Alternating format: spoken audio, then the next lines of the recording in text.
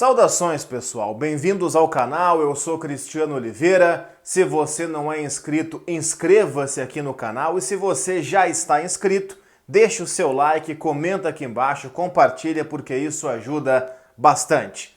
Vamos lá, eu geralmente faço vídeos comentando o pós-jogo da dupla Grenal. Hoje vai ser um pouco diferente, eu vou tentar projetar para a gente fazer juntos aqui um pré-jogo, tanto de Grêmio e Fortaleza, quanto de Goiás e Inter na rodada desse domingo. Eu vou começar com o jogo das 4, o Grêmio contra o Fortaleza, e o Grêmio eu já coloco uma grande interrogação, porque o modus operandi, que é um termo que eu gosto de usar para deixar entre aspas do Renato, em véspera de jogos importantes de Copa, especialmente de Libertadores, o modus operandi do Renato é preservar o time inteiro, para colocar o foco absolutamente na competição de mata-mata, no caso a Libertadores. O Grêmio tem um jogo meio de semana contra a Universidade Católica e, ao que tudo indica, o Renato preservaria toda a equipe no jogo do final de semana contra o Fortaleza.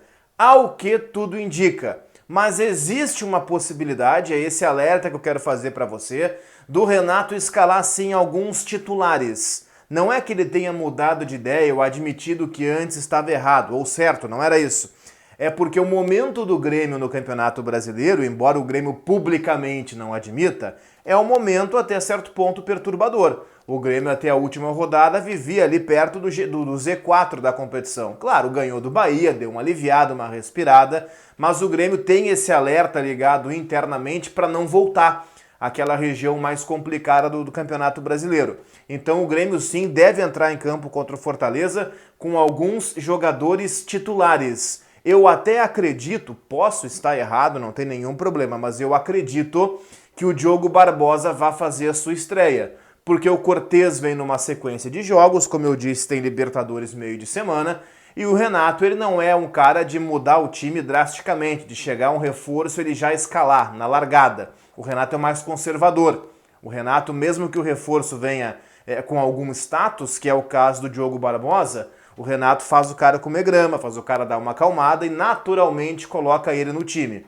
Então eu acho que nesse momento o Diogo Barbosa joga contra o Fortaleza, porque na Libertadores, que é aquilo que o Grêmio prioriza, momentaneamente vai seguir o Bruno Cortez. É a leitura que eu estou fazendo. E claro, o Grêmio tem outros desfalques de departamento médico, o Jean-Pierre segue fora, o PP segue fora, o Kahneman segue fora, o Guilherme Guedes, que poderia jogar também na esquerda, segue fora, quer dizer, recém voltou a trabalhar com bola, acho muito difícil que vá para o jogo o Guilherme Guedes. Então esses são os desfalques do Grêmio. Eu estou apostando em um misto frio.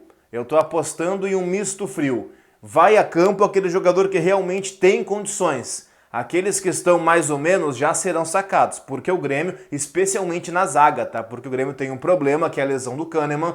O Kahneman não fica à disposição nem no meio de semana para a Libertadores. Se ele voltar para o Grenal da Libertadores, que é daqui 10 dias, já é uma projeção assim otimista. Talvez nem para o Grenal ele volte. Então acho que o Grêmio vai fazer algumas preservações sim pontuais nesse jogo de amanhã contra o Fortaleza. E antes de falar de Inter e Goiás, que é o jogo das 6, eu vou dar um pitaco nesse Fortaleza, nesse adversário do Grêmio, que é um time, para mim, um dos times mais bem treinados do Campeonato Brasileiro, mesmo que ocupe uma posição de meio de tabela, mas a gente para olhar o grupo do Fortaleza, o time que tem o Fortaleza e o jeito que o Fortaleza joga, os resultados que ele consegue, olha, eu acho que o Rogério Ceni está de parabéns por tirar leite de pedra desse time do Fortaleza. Eu vi o jogo na semana passada que eles perderam para o Flamengo. O Flamengo foi achar o seu gol no finalzinho com o Gabigol. O Fortaleza estava bem no jogo, especialmente no primeiro tempo, quando buscou o seu empate naquele momento. E o Fortaleza ganhou meio de semana do Sport 1-0. Foi só 1-0, era contra o Sport, mas não chega a ser um clássico como Fortaleza e Ceará, mas tem uma rivalidade importante entre eles no futebol do Nordeste. O Fortaleza é um time que tem um ataque muito rápido, com o David e o Osvaldo pelos lados, o Wellington Paulista se mexendo bastante na frente, e o grande X, o grande ponto, o que é legal de ver o Fortaleza jogar, é a saída de bola que o time do Fortaleza faz lá de trás. A chave da saída de jogo do Fortaleza é o seu goleiro, é o Felipe Alves. Não raras vezes você vai ver no jogo contra o Grêmio o Felipe Alves progredindo, adiantando até quase o meio-campo, se deixar, porque ele realmente é muito bom com os pés. Ele não é mau goleiro, tá? Ele pode ser melhor com os pés do que com as mãos, pode ser, eu entendo a brincadeira, mas ele é bom goleiro com as mãos também, tá fazendo um campeonato bem legal, o Felipe Alves, que é o goleiro do Fortaleza. Bom, Inter e Goiás, o jogo das 6 horas. Termina o Grêmio e já começa o jogo do Internacional. O Inter tem, assim como o Grêmio, Libertadores meio de semana. Qual é a... não é vantagem, mas qual é, assim, o lado bom, entre aspas, do Inter? Como o Inter tem muita gente suspensa na Libertadores, o Edenilson suspenso na Libertadores, o Praxedes, o Musto, o Marcos Guilherme, o Vitor Cuesta e o Moisés, são 6 suspensos para o jogo meio de semana contra o América de Cali. Esses 6 jogadores podem jogar no jogo diante do Goiás. Então eu estou imaginando um time com essa base. Acredito que o Lomba no gol, né, goleiro, para ganhar ritmo é sempre importante, e um time com essa base. Acho que esses 6 não tem por que serem preservados, né? Porque eles não vão poder jogar o jogo da Libertadores meio de semana. Dá para imaginar, sim, o Inter com essa base. O Cuesta na zaga, o Moisés pela esquerda e do meio para frente o Musto, que eu falei que está suspenso na Libertadores. Ele foi testado de novo para Covid, agora deu negativo, né? Ao contrário de antes, que ele estava positivo. Mas Marcos Guilherme, Praxedes, acho que esse pessoal todo pode começar o jogo. E o Patrick, que foi preservado da última partida, embora tenha entrado no segundo tempo, eu não duvidaria que ele começasse o jogo por ali.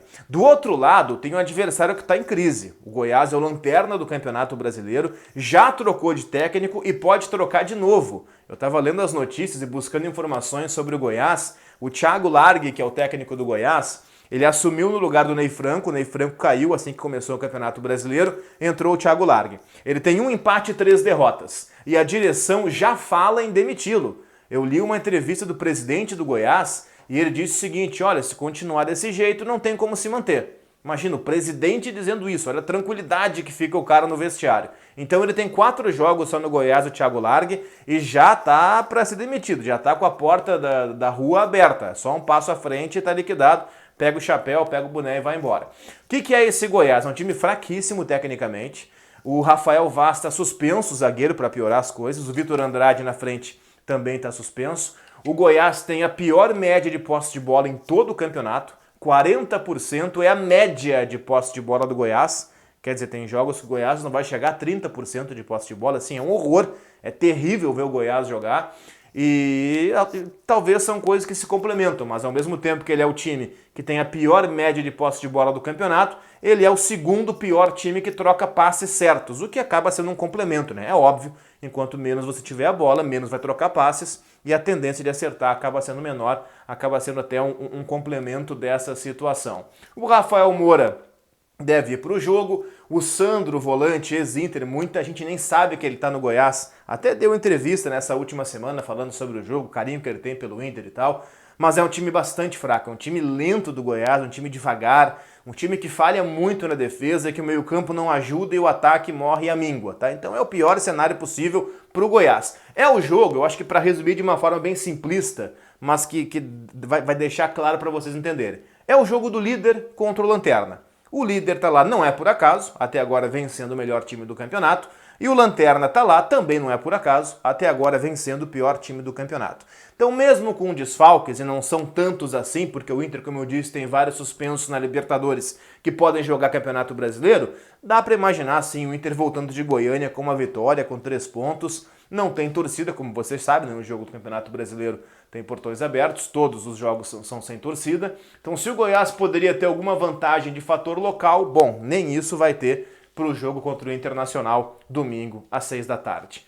É o que temos. Grêmio e Fortaleza, Goiás e Inter. Os jogos da dupla Grenal, acho que com essas informações, com esses detalhamentos e com essas explicações breves, é claro, senão eu ficaria aqui 1 hora falando sobre os adversários da dupla, o torcedor já consegue se preparar bem para torcer ou para secar nesse domingo. E eu acho que os dois ganham, tá? Você que me conhece de outros tempos, se acompanha em Twitter, se acompanha na rádio, sabe que eu não sou de fazer média não. Mas nesse fim de semana eu acho que dá para ganhar sim, os dois. O Grêmio é melhor que o Fortaleza, o Inter é muito melhor que o Goiás. E eu, olha, vou encarar... É que depende muito do jogo, né? Mas dá para encarar sim com um certo tom de decepção se nós não sairmos desse final de semana com 6 pontos. O Grêmio contra o Fortaleza, com todo respeito ao Fortaleza, como eu disse, para mim o time mais bem treinado do futebol brasileiro até agora, nessa relação custo-benefício. Você olha o Fortaleza e imagina que vai brigar para não cair. E está no meio de tabela, fazendo jogos legais contra os grandes. Eu gosto muito do trabalho do Rogério Ceni no Fortaleza. Mas com todo respeito a esse Fortaleza, o Grêmio é melhor. E com todo respeito ao Goiás, ele é um dos piores times do campeonato, pela tabela é o pior inclusive, e o Inter é o líder. E é um líder que vai jogar, como eu disse, com o Edenilson, com o Vitor Cuesta, com o Marcos Guilherme, com o Praxedes. Dá para fazer um jogo legal contra o Goiás e voltar com os 3 pontos para Porto Alegre. Tá certo, pessoal? Como você já sabe, fica para o final aquele recado.